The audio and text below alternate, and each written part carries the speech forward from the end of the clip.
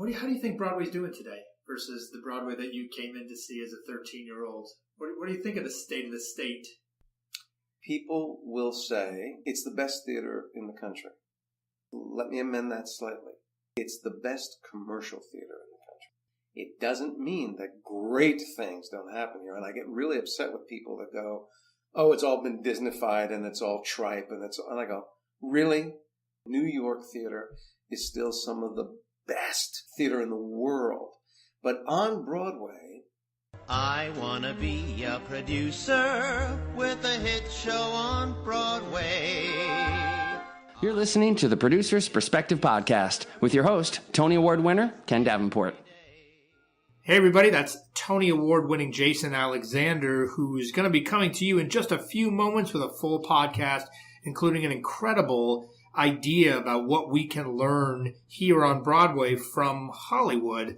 One of the few things, according to Jason, that they may do a bit better than we do. So wait for that. In the meantime, I just wanted to ask you a question. Are you following me on Instagram, Facebook, and Twitter? On Instagram specifically, you can find me at Ken Davenport Bway. That's short for Broadway. At Ken Davenport Bway, or at Ken Davenport on Twitter. Do me a favor on Instagram. Turn on post and story notifications to see what I'm up to. I'm going live these days. I've got a bunch more stories. So make sure your story and post notifications are on. We will see you on the social media. Now on with the podcast.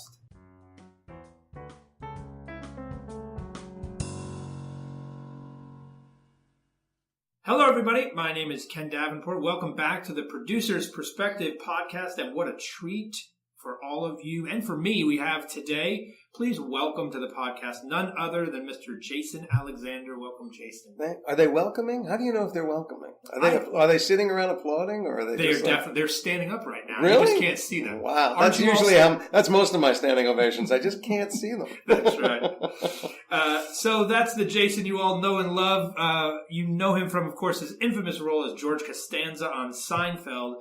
But many of the world may not know that the guy who had us cracking up for so many years on that brilliant show got his start in the theater. He won a Tony Award for Jerome Robbins Broadway, was a part of the original company of Merrily We Roll Along, was in the Rink, which I'm a huge fan of that. Really? I saw a bootleg of that. I'm probably not supposed to tell you that. No, that's fine. You're the producer, my friend. You're the one losing money on the bootlegs, not me. Broadway bound. He came back to Broadway a few seasons ago to take over for Larry David, the man who George Costanza was based on, in Fish in the Dark. Tons of movies, including Pretty Woman, which is now on Broadway musical. I want to talk about that. Now, I'll never forget the first time I realized you were a theater guy. So you were on The Tonight Show, and you sang "This Is the Moment." Is that true? You remember that? Was it The Tonight Show? I think so. I know I did it. I'll tell you where I know I did it. I did it on the Jerry Lewis Telethon one year. I know I did it there. So, yeah, that was one of my... Somehow some charts fell into my lap. So when people said, do you have charts? I went, yeah, I do. So obviously you got your start in the theater, big theater guy, and then of course you blow up with Seinfeld. Yeah. And then I see you on this talk show and you're belting out a tune. Do you find yourself having to remind people all the time, like, hey, I'm a theater guy. This is where I got my start. I don't have to. I had no fantasies or aspirations of a career outside the theater. I grew up in Jersey, and I started really going to New York to see theater when I was 12. I fell in with the theater kids at school, and we would come almost every weekend and see 2, if not 3 shows per weekend, because it was $1 to stand in the back if you were a student.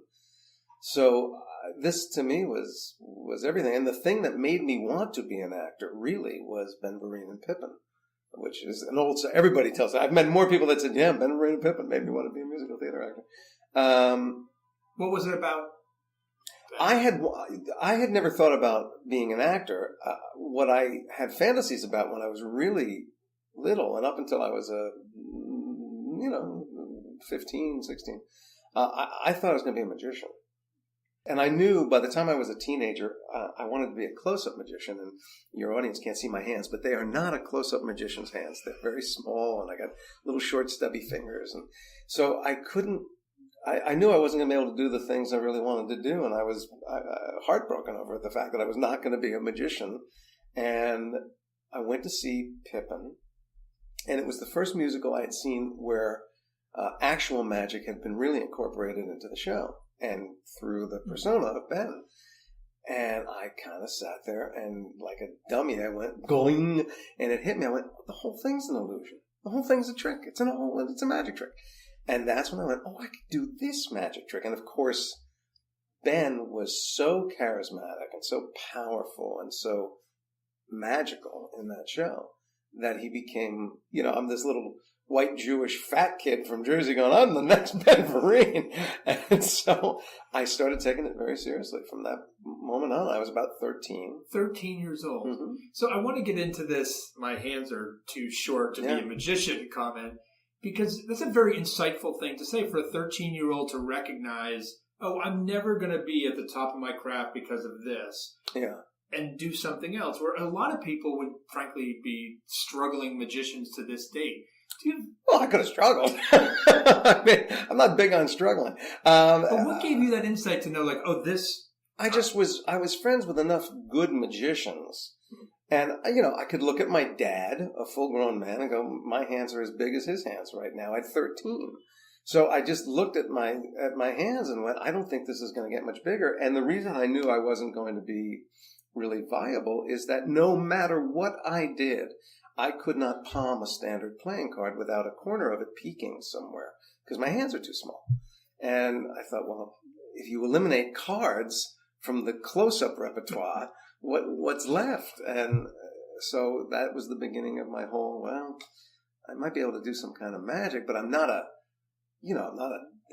Copperfield guy. I can't stand up there with the big box and the girl and go cut that dash. So I just couldn't see a way that I was going to somehow be a money-making magician. It's such a fine line between having a big dream and then being practical. Like, someone was saying, I want to be a professional basketball player, but I'm also 5'2" and have small hands and can't palm a basketball. Yeah. And for some people, it drives them to make extraordinary. There are shorter basketball players who are so extraordinary that they can be competitive. Maybe somebody else would have been doubly motivated by the assessment of going, well, I can't do cards, so I'm going to be the greatest coin magician in the world, whatever. But I just kind of went, no, I don't think it's in the cards. Plus, I had already been doing community theater, and I went, I got a lot of joy out of it and great feedback out of it. So there was already another avenue to go down, so it wasn't quite hitting that desperate, terrible wall. So you see Ben, and you decide to double down on the performing. What do you do? I start literally the day after I saw Pippin, which I wound up seeing 21 times when I was a kid. I saw the full show, not just the second full act. Show. I saw I saw John Rubinstein do it probably a dozen times, and then Michael Rupert replaced him, and I saw Michael do it many, many, many times, and I've seen a couple of other productions that Ben has done in other places, but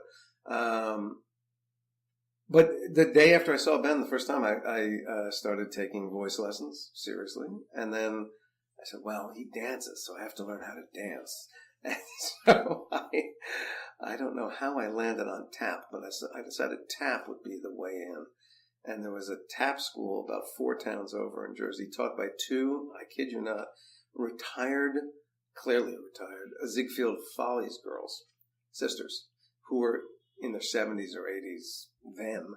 And so it was a very heavy-footed style of tap. But I was, easily 30 pounds overweight. I'm the only boy in the class. And it's just like, this is humiliating. But I learned how to tap. But you were unique. You were a very unique performer. I was. So what was the first professional gig? I got into the unions by, there was it's still there actually, a children's theater group called Pushcart Players in New Jersey. And their model was they were creating short original musicals for children that they would take around to schools and do summer shows and stuff. And while they were doing their thing, they got some dad in the audience was a television producer who thought these little original musicals would be a good television series for kids. And so he put together enough of a bankroll to shoot a pilot. The guy in the group was a very young Ken Jennings, who was about to play the original Toby role in Sweeney Todd.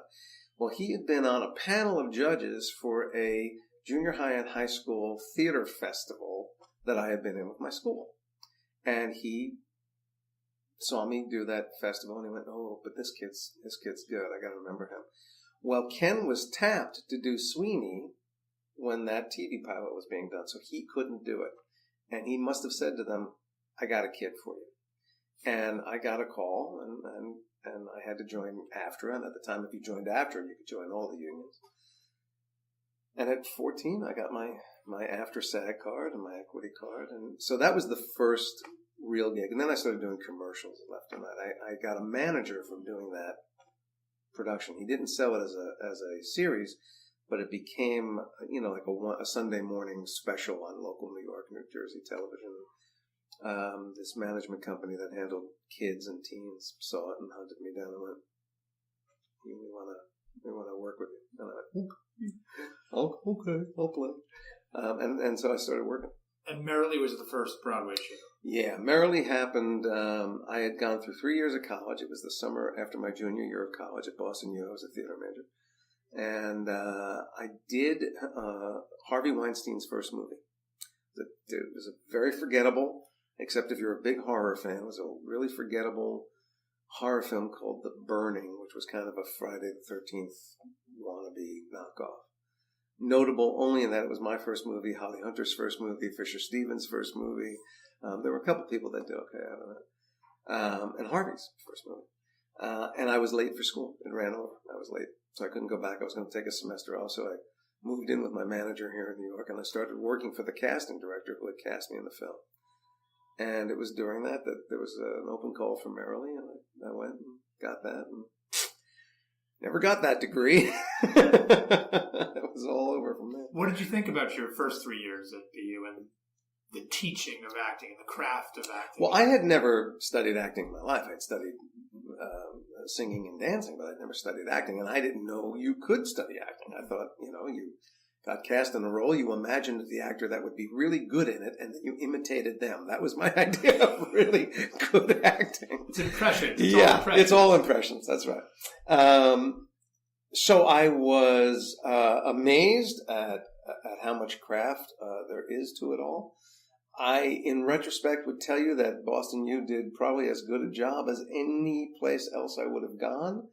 I got a lot of great fundamentals. I got a lot of great experience. I left there a little prematurely, so this is not an entirely fair comment, but take it with a grain of salt. I left more confused than I went in because, I'm not a big advocate of university training for the arts as a result of my experience and seeing other people.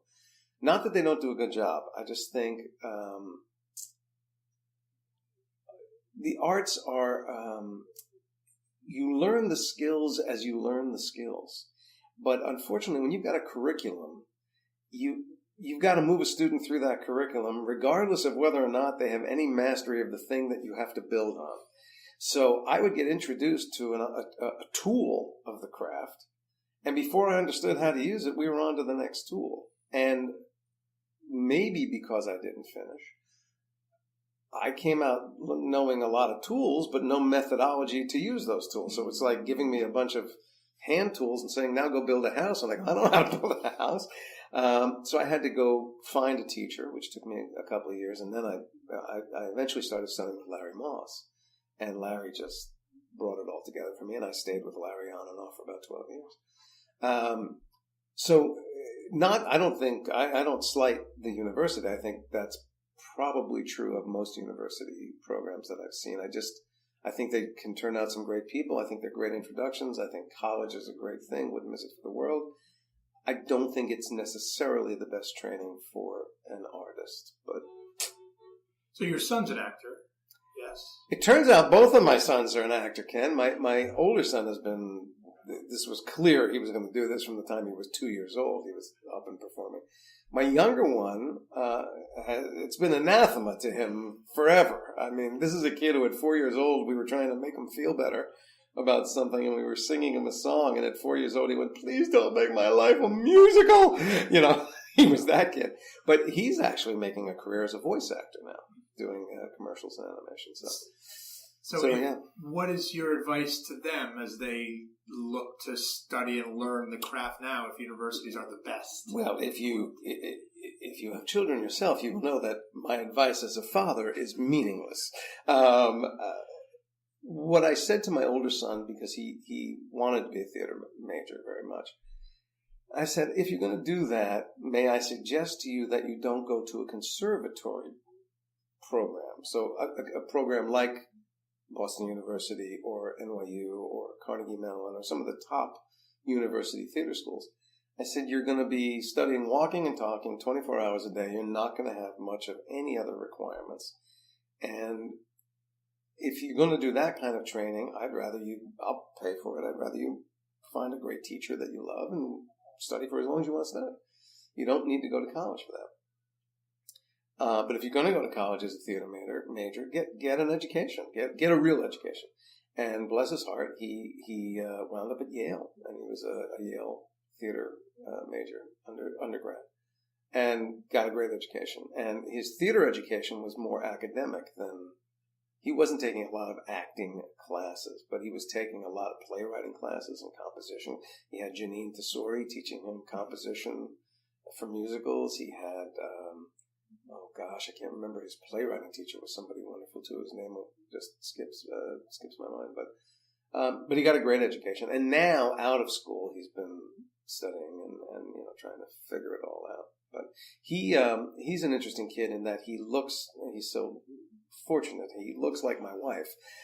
So when people see him and they go, I'm his dad, they go, no.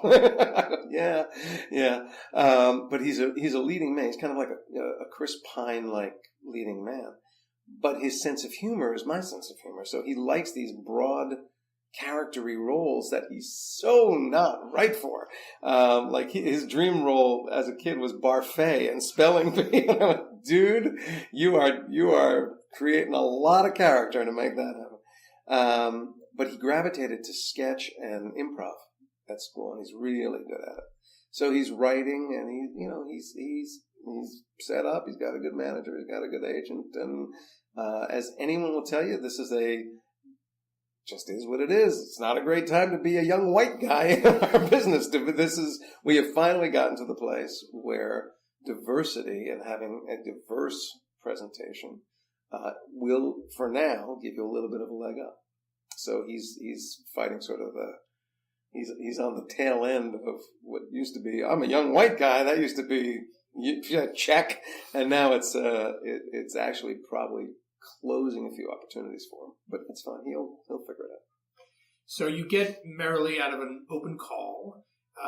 You must have been pretty thrilled, I would imagine, to make your Broadway debut. I was, yeah. I mean, I talk about it all in my symphony show. I talk about it. So it's one thing to fantasize about. One day I'll get to Broadway. To get there at 20 is mind-blowing. To get there at 20 with Hal Prince and Stephen Sondheim you just pinch yourself every day and go, how is this happening? I must be in a dream, and I will wake up and get back to reality. It was surreal. But it was obviously a bit of a troubled process. It was a challenging musical to put together, and it certainly didn't have the run that never had the run. No. Any of the productions. No. That anyone always hopes for it. So how was that, to go from such a high to such a low? Well, at the time it was devastating. Because your fantasies have run amok. Lonnie Price did such a great job in the documentary about capturing what the dream world that everybody was in, about how not only had you arrived, but it was the launching pad to a whole different set of dreams, and then to see it kind of crash and burn was devastating. However, in retrospect, it was one of the greatest preparations for anybody for what life in this business is actually about on so many levels. You're working with gods. Well, to see that the gods are also mortal was a huge lesson.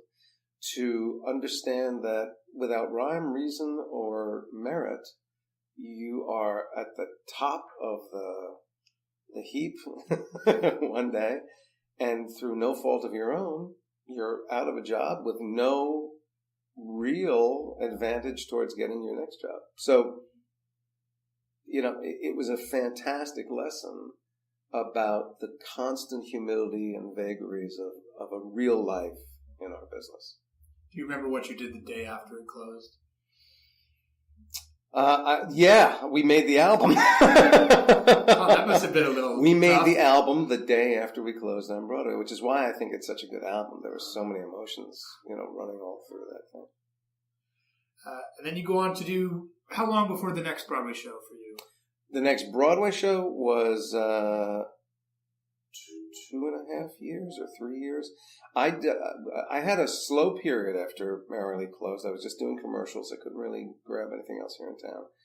And then about a year after Merrily closed, I was in the first replacement cast of Forbidden Broadway when it was still at Paulson's Supper Club on 72nd. Hysterical.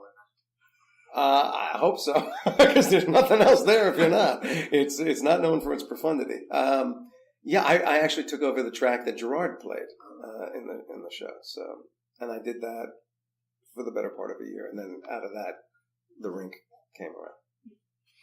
So then you grabbed the Tony for Jerome Robbins Broadway, and that's about when Seinfeld started gearing up, like right after that. It was just like a storm of opportunities. It was the Tony to Pretty Woman to Seinfeld, all within 9 months, 10 months. Anything you can point to besides obviously the Tony and the attention that must have gotten you, but anything else that also it was a giant Rob Reiner connection. Rob had come to, well, I'll go back. Norman Lear had been a silent investor in the Rink. And when I was doing the Rink, I got a call from out of the blue. I didn't know Norman Lear was a silent investor in the Rink. We got my people got a call from Norman Lear's office that said he would like me to be one of the lead roles in a pilot that he was doing. But I couldn't get out of the Rink to do it. They wouldn't let me out. So shortly after the Rink closed, Norman called and invited me to come out to do one episode of a half-hour sitcom called ER. But it's not the other ER. It was Elliot Gould, Mary McDonnell, and a very young George Clooney, who actually was in that show. And I went out to do one episode and wound up staying to do 9. So Norman Lear had the relationship to Rob Reiner, so I became sort of, I guess, known in that world. Rob came to see the Robbins show. I didn't know that necessarily, but then the next thing I knew, I was auditioning for Gary Marshall for Pretty Woman. And I think Rob must have said to Penny, who said to Gary, I just saw a guy, he might be good. And then eventually I wound up in Pretty Woman, and then Rob's company, Castle Rock, was trying to cast George. And I got asked to get put on tape here in New York. And so I guess, I think it's all the Rob Reiner connection. Somehow, some way, Norman Lear to Rob Reiner to... But going all the way back to the Rink, that's the interesting part. Yeah. Yeah. Which was another show that didn't really quite have the run. No, and it was actually the only time I ever got fooled on an opening night. I really thought, and I think all of us in that show, really thought we had a gigantic hit on our hands. And we were completely not ready for the opening night response from the critics. When you're, and whether it's a movie, a television show, or do you think now, a couple decades later, you can tell whether a show is going to work or not? Nope. No. I mean, I always think I can, but I'm almost always surprised. Did the group of you know about what you were doing with Seinfeld, where you were like, oh, this is special. This is going to be something. I knew it was special, and that's why I thought initially that it wouldn't work. I remember saying to Jerry, and it's not the first time I'm saying this, but I'm happy to repeat it. We did the pilot, and Jerry said, what do you think? What do you think? Have we got a shot? I went, I don't think so. And he said, you don't think it's good? I said, no, I think it's good. That's the problem. The show was designed, really, in some ways, to entertain guys like me. Guys 18 to 35, with some sort of urban sensibility. Excuse me. That's who the show was kind of playing to. But that demographic didn't watch TV. So I went, when we shot the pilot of Seinfeld, I think the number one comedy in America was Alf. Very different audience. And I thought, yeah, this is for me, and I don't watch TV, so I don't know who's going to watch this thing. And to a degree, I was right, because it only tested well with that demographic. That was why we were able to get sponsored in those early episodes, because advertisers wanted to get to that demographic, and there weren't a lot of shows to get to them. So even though we were a tiny little blip on the radar, the audience we were getting was the one that they wanted to talk to, so they would dump some money into our show. And then that audience built out from there. But initially, no, I didn't think we were. I think we were. Anybody that charts the history of Seinfeld will tell you that after the third season, we were probably set. But I think in season 5 or 6, we were sitting around going, I guess this is working, huh? We weren't quite sure even in season 5 if we were really all that. So I want to talk a little bit about the development of plays and musicals. You've been a part of a lot of original, Rink, Merrily, obviously, and then original television or movies. What's something that here in the theater we can learn from the way Hollywood develops material? Oh. If there's anything. Yeah, I actually think, from my vantage point that I've been able to see, the theater actually does it more right than Hollywood does. Because more often than not, in film and television, at least the bigger things, let me do it the other way. Theater tends to come from a playwright and a composing team that have a singular vision for what they want to do. And they bring on a director that's in sync with that vision and augments that vision, and then all of them go and pursue that vision and either do a workshop, and they get investors and producers that go, I see where you're going, I like where you're going, let's go there. There are shows that go through the mill where there's suddenly you got a producing conglomeration, and everybody's got an idea, and everyone's got a voice, and everybody's a cook in the kitchen. And a lot of times those shows sort of lose that guiding light inspiration that they had. But more often than not, I find that a strong creative vision, which starts with a very small number of people, tends to be what everybody signs up to, and that vision carries the day, and it either works or it doesn't work. But in film and television, you may have somebody go, we're going to do the story of the Titanic. And everybody goes, yes, the Titanic. We're doing the Titanic. And then some guy in the production office will go, does it have to be the Titanic? I mean, maybe it's not literally the Titanic. And before you know it, it's an airplane. And then it's something else. And there's like so much process. There's so many stops along the way to say no because, and I'm sure you know better than I do, this is something that is beginning, if it hasn't already completely infected the theater. There are so many financial considerations now. In Hollywood, it never stops. How much money to make the film? What are the stars actually worth? What is the script actually worth? What is the release date? Who's the advertising? Do we go the festival route? Do we go the big release? Do we do the small release? Do we do an online campaign? Do we do it? How do we sell it? Should we cross genre? Do we promote the lead actor in the supporting role, or do we support the supporting role in the lead role? There's so much horseshit that goes on about politics and business considerations that have nothing to do with the initial thing that everybody got excited about creatively. And the business tends to drive the creative rather than the creative driving the business.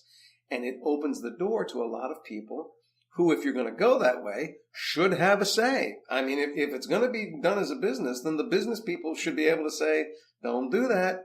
It may be right for the story, but it's not going to be right for the theater. My experience was, while I was really working here more often than not, that the creative vision and the creative fire drove the business people. It was the torch that the business people carried above them, as opposed to the inverse of that. So I think the theater tends to get it more right. Is there anything that the theater can learn from Hollywood?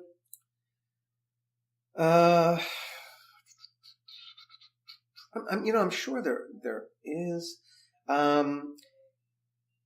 will say this: when you take a look at companies like Pixar and the great animated films they were doing, and when you take a look, I happen to know one of the producers on the Avatar, one of Jim Cameron's producers, and so what those guys will do is they have a sort of creative heart to it all, but they will continue to bring in different collaborators and different until you've got a team of creative people, but with one creative vision being pursued. But sometimes, what happens here, perforce, is you get a book writer, or you get your composition team, or you get your choreographer, or you hire your singularly creative departments.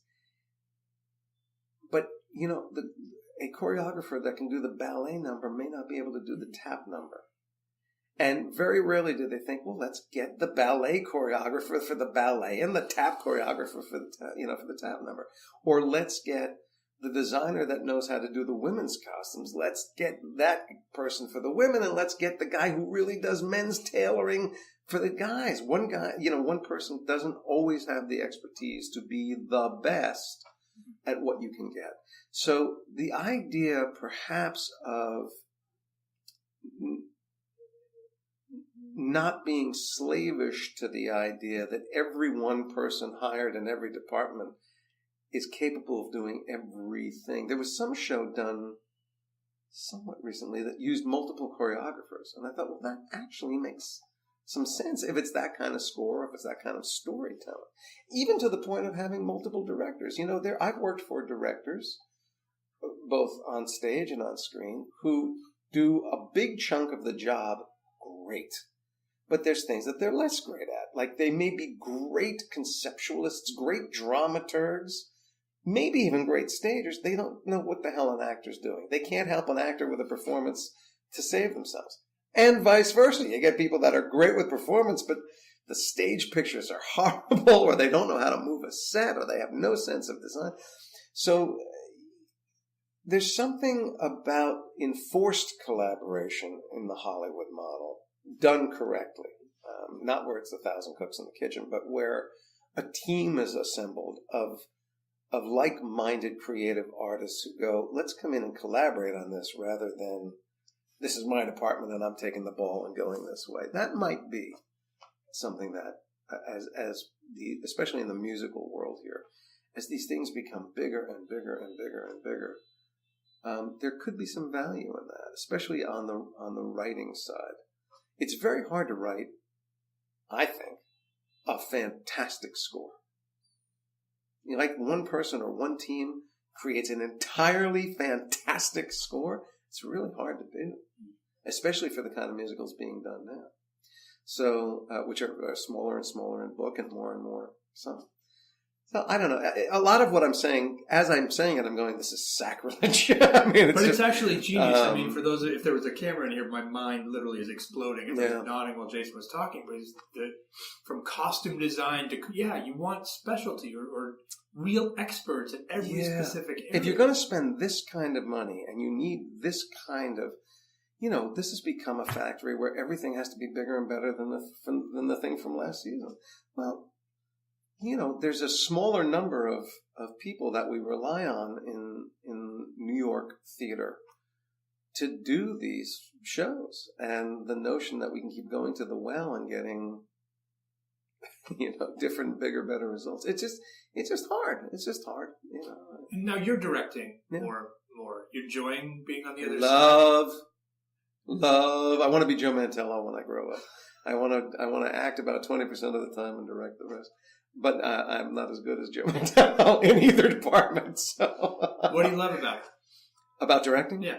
I think if I were given a broader range of opportunities as an actor, it would be a wash for me.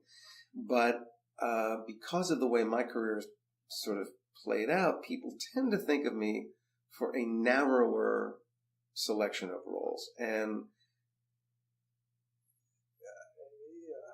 I'm almost 60, so I've been doing those roles for a long time. And sometimes they're great roles and great pieces, and it's a very rewarding experience. Sometimes they're pretty good roles in not so great pieces, and everybody should be looking to lift the thing they're a part of, but sometimes, as from an actor's point of view, you can only do so much. And when you are an actor working on something that you know is not quite good enough, it's debilitating to go out there and do it. But as a director, you can lift from so many different places. You can go back to the writer and say, let's really focus in on what is this story? What's the intent of this story? What are you chasing? And are we actually doing that? Or can we dramaturg this thing to make it stronger? If you're looking for comedy, let's find it. Either let's find it on the page or let's find it on the stage. Performances you can help guide. Design you can help guide. If you're directing with cameras, you're really trying to figure out, how do I tell this thing in a way that serves my producer, my budget, my audience, my other collaborators. So it's just so much more engaging on so many different levels that even if I'm working on a piece of material that isn't all that still is a little soft, it's very engaging for me. I don't ever feel like there's no point in trying to help this thing. I go, there's lots of points in trying to help this thing. And it just is more exciting. I've been, standing by and watching wonderful people do this job for so long that I kind of went, ooh, yeah, I just want to do that. And the other truth is that in the theater in particular, it used to be when I was young that I hated to rehearse, couldn't wait to perform, because the hole in our little performer soul was waiting for the applause. And until you were going to get the applause, you kind of go, what am I doing this for? I just want to be loved. But as I became more of a craftsman, I found that what I loved was the rehearsal. All the discovery work was what was so exciting. And then you put it in front of an audience, and that's exciting because you go, I was right, or I was wrong, or I was right, but I can make it even better because you have that learning curve. But now you get into month 3 of a run, and I go, well, a lot of the discovery, the really exciting discovery, is kind of over. I've got a blueprint now that I've got to live in. And yes, every night is a different experience, but it's not like the first day of rehearsal where you go, we don't know where we're going to go. And directing becomes all about the part I love now, and I never have to do the part where I go, it's 5:30, I have to go down there on a Thursday night, and it's 1 degree outside. I mean, I never hit that wall. It's so interesting. I always used to say that I hated doing long runs because I hated doing the play in a long run. I would get sick of the play, and I realized, not true. But once I got to the theater, it was all good. Here's my friends and my company and the audience coming in, and it's going to the theater. It's that 4:30 in the afternoon when you go, oh God, I got to explode in 4 hours. I don't want to. It's just getting your ass down to that theater and getting excited about getting there again. But once you're there, the heavy lifting's over. Who was your favorite director that you worked for, and what did you learn from them that you use now? Really, Mantello was a big influence on me. I learned a lot as an actor and a director from Joe, and I never worked with Joe in the theater. I did his one movie. I did the movie of Love, Valor, Compassion. But I really got one of the things I got was Joe's not big on schmaltz. He doesn't like schmaltz. He likes honesty and simplicity. And I was playing Nathan's role, Buzz. And there's that big almost aria about how, he talks about how he wants all of musical theater to suddenly be realistic and everybody dies and is treated horribly. But it's all a big tee up to the fact that he's afraid of dying, and he's afraid that because his lover is dying now, that no one will be there for him. And I was working with Stephen Spinella in the scene in the film, and I knew it was an aria, and I knew I had to get there. I just had to get there emotionally. And so we get out there, and Joe's great, and he's coaching, and man, we're doing it. I got 1 take I love, and 2 takes I love, and 3 takes I love, and I'm bawling and weeping, and am I a good actor.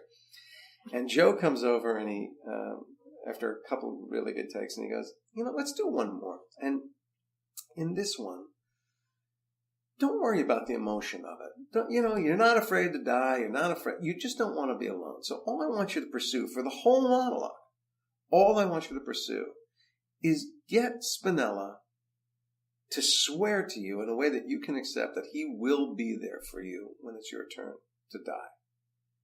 And I immediately went, Joe, come on. It's like a 3-minute, 4-minute monologue. I can't play that one thing the whole way. He goes, no. It's just, he goes, look, it's a montage. We're going to use a piece of this, a piece of that. I got it. I got the big performance. It's great. It's just a color that maybe I can cut in. Right? So, it's Joe, so I trust him, and I do the monologue. And when I get to the end of the monologue, for the first time in any take, I'm not crying, but Spinella is. And you could feel what that take was. And Joe comes over with this look on his face, and I go, you're going to use that take, aren't you? And he goes, you bet your ass I am. And it's basically that take in the film. But what it taught me was, it taught me a couple things that I teach and that I talk about as a director. Actors work a lot on feeling it. And at the end of the day, I go, if you've made choices the right way, you will have an emotional experience. You really will. But at the end of the day, I don't care what you feel. I care what you make the audience feel. And if I'm in the audience, I care what you make me feel. I don't care what you feel. You have to be able to do a performance that is so profound and so good that I never miss. You can miss. You could be reciting a laundry list in your head, but if that performance does what it's supposed to do, I should have an experience. At the same time, I now say to students and actors that I direct all the time, yes, make a great choice. Make great choices for yourself. But in the back of your head, make a great choice for your partner.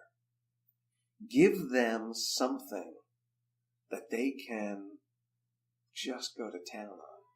And in that take of that film, instead of making the great choices that made a performance that I thought was exciting, I was focused on making choices that really gave Steve Spinella the next thing. And in doing that, I got better. And that is what I find happens, is if you're playing tennis with a great opponent and you serve them a great shot, they're going to hit back a shot that's really good that you never expected. And if you can hit it back again, you're playing the most exciting tennis in the world. But if you're just lobbing it and the guy on the other side can't hit it, nobody wants to watch that game. So that all came from Joe. He's a brilliant man. We've had him on this podcast and a terrific artist. How do you think Broadway's doing today versus the Broadway that you came in to see as a 13-year-old? What do you think of the state of the state? Well, it's interesting. So when I talk about Broadway, people will say it's the best theater in the country. And I now say to them, let me amend that slightly. It's the best commercial theater in the country. It is a business. It is big business. It doesn't mean that great things don't happen here. And I get really upset with people that go, oh, it's all been Disneyfied and it's all tripe. And I go, really? Really? You think that the incident with the dog in the night is tripe? Go, screw yourself. There are unbelievably great pieces that are done in this town, both on Broadway, off Broadway. New York theater is still some of the best theater in the world. But on Broadway, I find more and more that there is a formula to get something done that has nothing to do with the piece itself. It has everything to do with the package. And I find that some really wonderful possibilities for events and pieces that don't lend themselves necessarily to a package go by the wayside. And that didn't used to be true. There is a lot of similar stuff being done musically in this town. So and again, I don't have an issue with it. It is what the market wants and what the market will bear. And this is not a static market. So very exciting, new, avant-garde, crazy pieces get done. It's not like they don't get done. But there's a lot of Aladdin and Beauty and the Beast and Lion King and Anastasia and sort of the cartoon crossovers. There's a lot of the Pretty Womans and the Mean Girls and the check mark by the movie, so that some audience liked it. Let's just drop some songs in it and see if we can get a similar effect. There's a great deal of that. And sometimes they reinvent the wheel, even though it wasn't ultimately the most successful show in New York.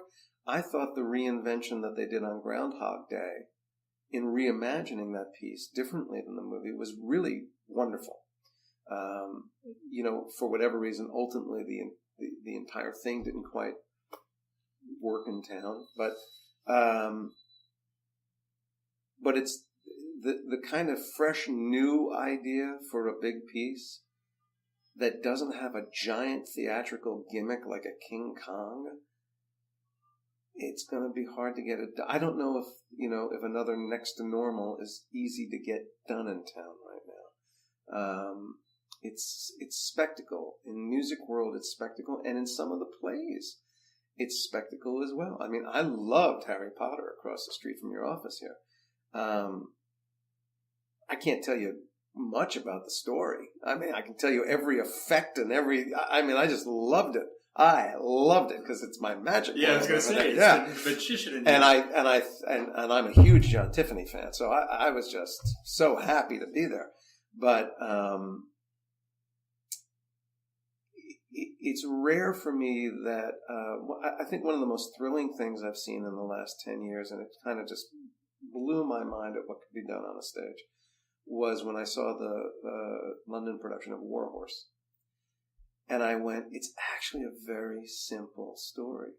Yes, the puppets and the puppetry are amazing, but we're looking at three people on each horse. We see them plain as day, and we don't see them. We see the horse. I remember when those two horses came out for their curtain call, and the audience leapt to their feet for the horses, weeping for the horses. That is a different kind of standing ovation than Mamma Mia gets. That's a different kind of standing ovation than, I don't want to seem to denigrate anything, but I haven't seen King Kong, but I'm sure it's a different kind, even though it's another puppet. It's a different kind of ovation, and it's a different kind of experience. I love the War Horse experience. I love the Gin Game experience. I love Curious Incident and Hand of God and a great revival of Iceman Cometh or Death of a Salesman or those are the things it's harder and harder to do, with the exception of True West, which we seem to do every 3 years. We just get two more guys that are fascinating and throw True West back there. That's a good segue to my final question, which is my genie question. I want you to imagine that genie from one of those Disney shows, Aladdin, comes to visit you and says, Jason, I want to thank you for your commitment to the theater and your dedication to it. I'm going to grant you one wish. Yep. What's the one thing that drives you crazy about Broadway, that frustrates you, that makes you mad, that you'd ask this genie to wish away in an instant? The relationship between the audience and the people that they've come to watch.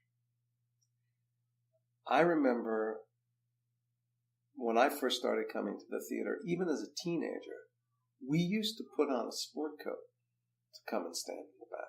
Now, I'm not saying I wish we'd go back to the days where people dressed up to go to the theater. I don't mean that. But the cell phones and I remember when I was doing Broadway Bound at the Broadhurst, the front row was, I mean, the lip of the stage was, you know, it was under your chin. People would put their personal items on the stage. On the stage. And my character was shot out of a cannon on my entrance. And routinely, I would come in as if my mother had left clothing on the floor, grab all those coats and put them in the onstage closet. Just to kind of shove it up their nose about how dare you, you know. So the talking, the cell phones, the picture taking, the videoing,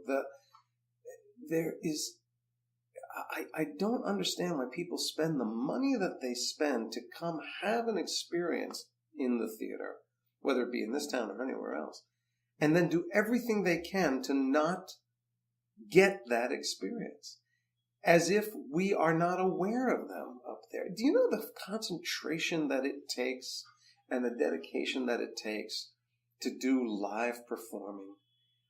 You're creating this incredibly delicate illusion, and everything has to go right. If a stagehand messes it up, it's broken. If a musician messes it up, it's broken. If any actor messes it up, it's broken. It's just broken. So a guy with a flash camera in the audience is going to break it for everyone around them?